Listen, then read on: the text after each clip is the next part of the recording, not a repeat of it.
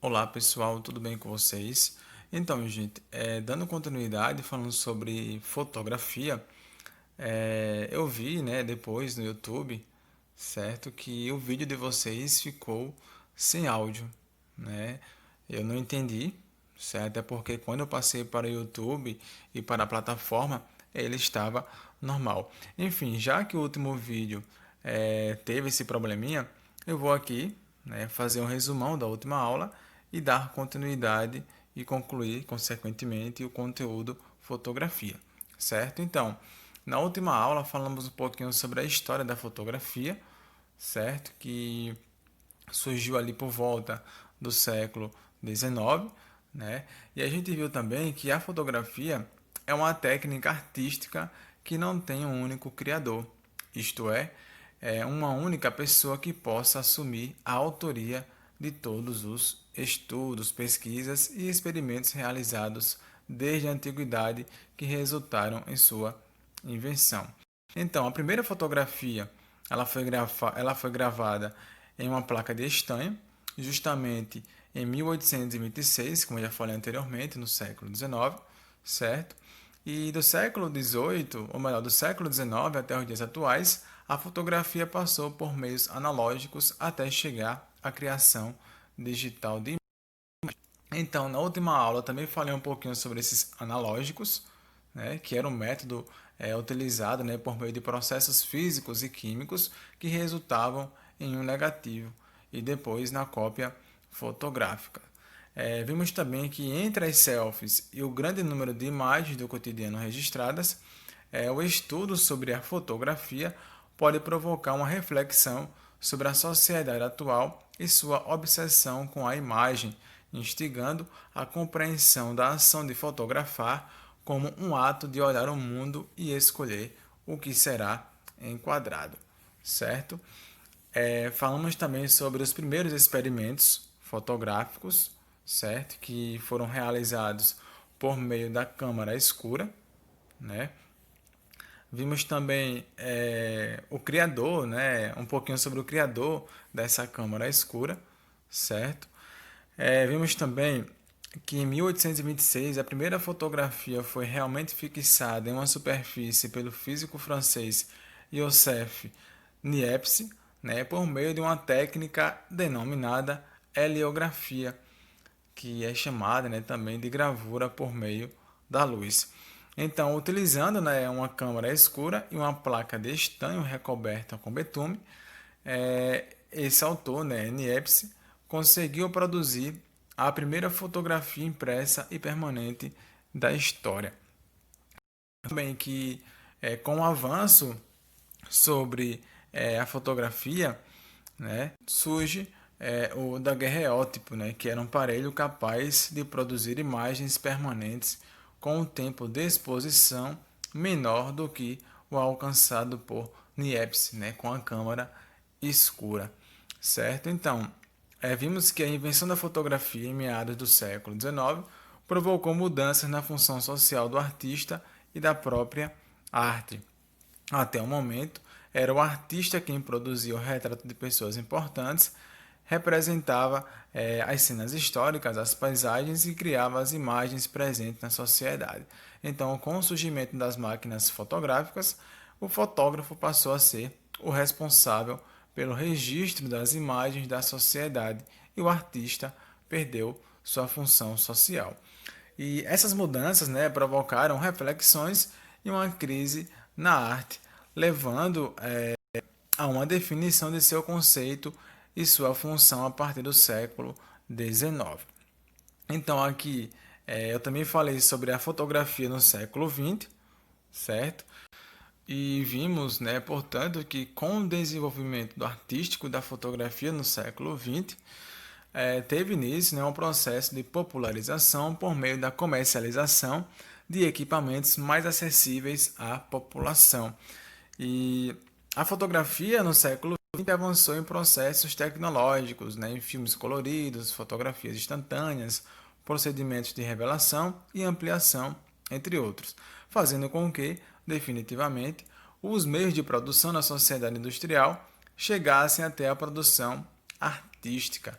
E para além dos avanços tecnológicos, a fotografia se insere como meio documental e artístico. Além disso, as fotografias documentais das guerras e dos acontecimentos históricos também revelam, em alguns casos, a busca pelo apuro estético das imagens.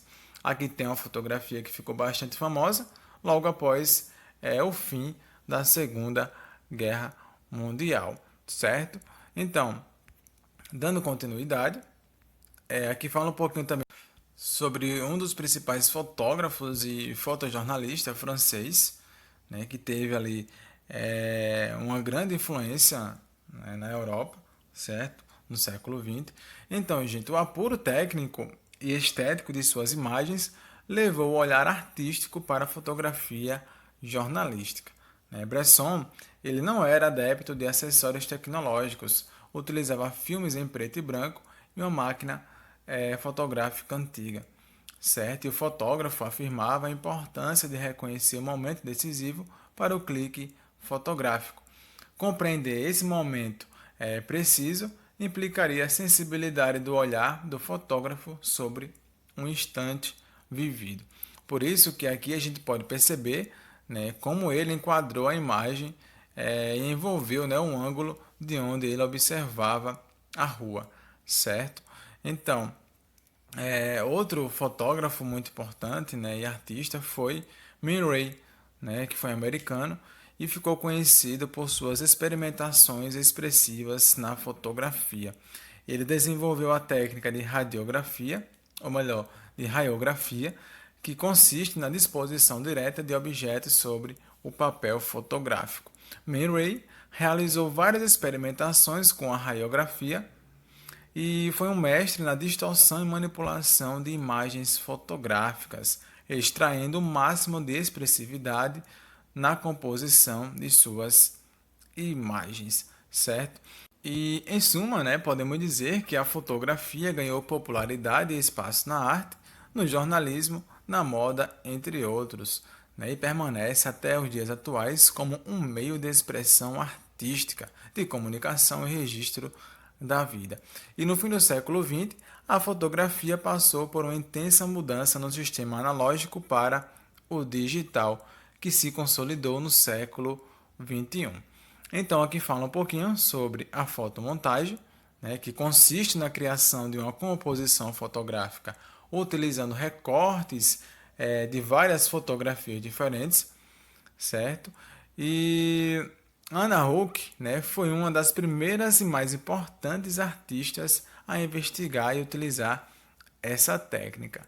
Então, Anna, ela é uma, né, artísticos do início do século XX e fez do feminino uma temática recorrente em suas produções para, nesse caso aí, enfatizar o papel da mulher na sociedade, certo? Além disso, né, o artista britânico David Hockney também trabalhou com fotomontagem na criação de suas obras e desde a década de 1960, Hockney utiliza a fotografia para fazer registros de amigos e familiares que posteriormente são aproveitados em suas pinturas, como vocês podem verificar aqui abaixo, certo, gente? Então, além disso, né, podemos dizer que a partir da década de 80 do século passado, o artista construiu seus trabalhos utilizando fotografias instantâneas e criando grandes montagens. Então, aqui já fala um pouquinho mais sobre a fotografia, né? É a poética da imagem, certo? Então, podemos dizer que ela revela a forma como olhamos o mundo e as ações de escolher, né, um enquadramento, pode ser pessoa, paisagem ou qualquer outro, e guardar aquele instante do tempo em forma de imagem, são escolhas que dizem respeito à nossa maneira pessoal de observar e selecionar o que queremos apreciar da vida. Então, a fotografia ela serve, né, para registrarmos os melhores momentos de nossas vidas e também, né, ela serve como uma forma aí de expressarmos a forma, né, como a gente enxerga o mundo, certo? Por isso que ele destaca aqui também que cada pessoa tem uma forma única de olhar e perceber o mundo, certo, gente? Então, podemos dizer aqui, né, com base nessa imagem, que ao apreciar a fotografia de Sebastião Salgado, que é essa aqui, podemos perceber a delicadeza do olhar que recorta a paisagem árida, né, do sertão e a de duas crianças enroladas em um cobertor. Além disso, né, em sua trajetória, o fotógrafo brasileiro revela uma preocupação com as questões sociais e ambientais do mundo. Situações de extrema pobreza, exploração de trabalho e desolação são recortadas pelo olhar do artista, que colhe a melhor luz, né, o melhor enquadramento, a sutileza do contraste e transforma a dor e a miséria em um espaço para a construção poética. Nesse caso aí, revelando, né, os problemas sociais. Podemos, portanto, considerar que a fotografia é a forma poética do olhar, capaz de transformar um instante da vida em eternidade e de tornar visível o que os olhos não conseguem enxergar, ou o que os olhos não conseguiram perceber, certo? Então, gente, aqui fala um pouquinho mais, certo? Sobre a fotografia, principalmente no Brasil, tá bom? Vocês podem verificar depois com mais calma, tá? E também fala um pouquinho sobre os elementos fotográficos, né?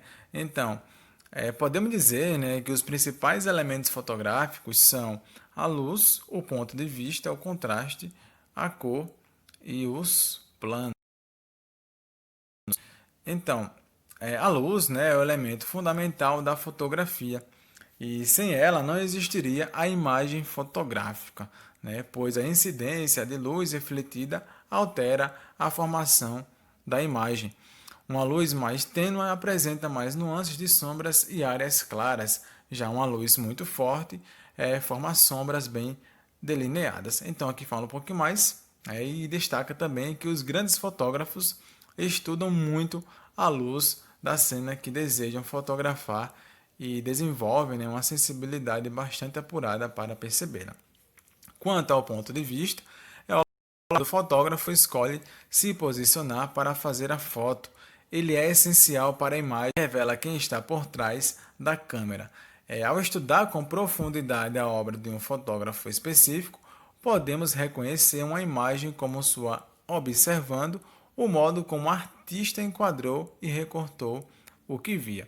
Além disso, temos o contraste, né, que é a nuance de cinza que contrasta com as áreas mais claras e mais escura em uma fotografia, e o fotógrafo pode optar por trabalhar com uma ampla nuance de tons entre os mais claro e o mais escuro, ou criar imagens com poucas nuances e contrastes fortes entre o claro e o escuro. Temos também a cor, né, que antes da fotografia digital os filmes fotográficos eram em preto e branco ou coloridos, né, e para fazer intervenções nas cores das imagens podiam ser anexados filtros na câmera que alteravam a captação das cores. E atualmente, né, com a fotografia digital, o processo de escolha da cor pode ser feito durante a sessão de fotos ou do uso de aplicativos e programas de tratamento de imagem, o que normalmente nós fazemos, né, nos smartphones, né? A gente começa a editar nossas fotografias. Então, há também os planos, né, que são caracterizados pela distância entre a câmera e o objeto fotografado e são denominados da seguinte forma: plano geral, no qual o ambiente é o principal elemento e o objeto sujeito, portanto, dominado pelo campo espacial. Plano médio, a relação de ocupação do espaço entre o objeto sujeito e o ambiente é distribuída de forma equilibrada.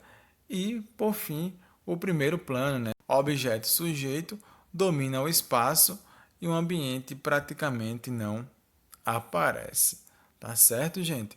Então, pessoal, é basicamente isso. Com isso, nós concluímos a nossa primeira unidade, né, o primeiro capítulo. bons estudos e até a próxima. Tchau.